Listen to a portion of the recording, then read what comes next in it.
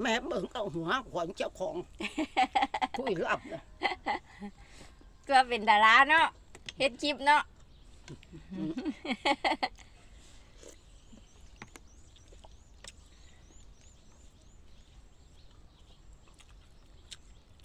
แซ่บว่าไหม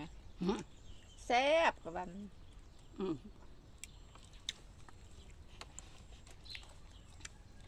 จะให้โอ้โห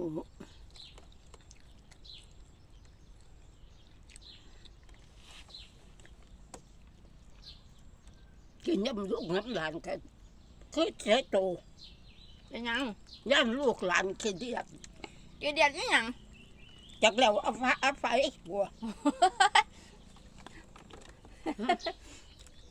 ก็กินคือกันอยู่น่ะ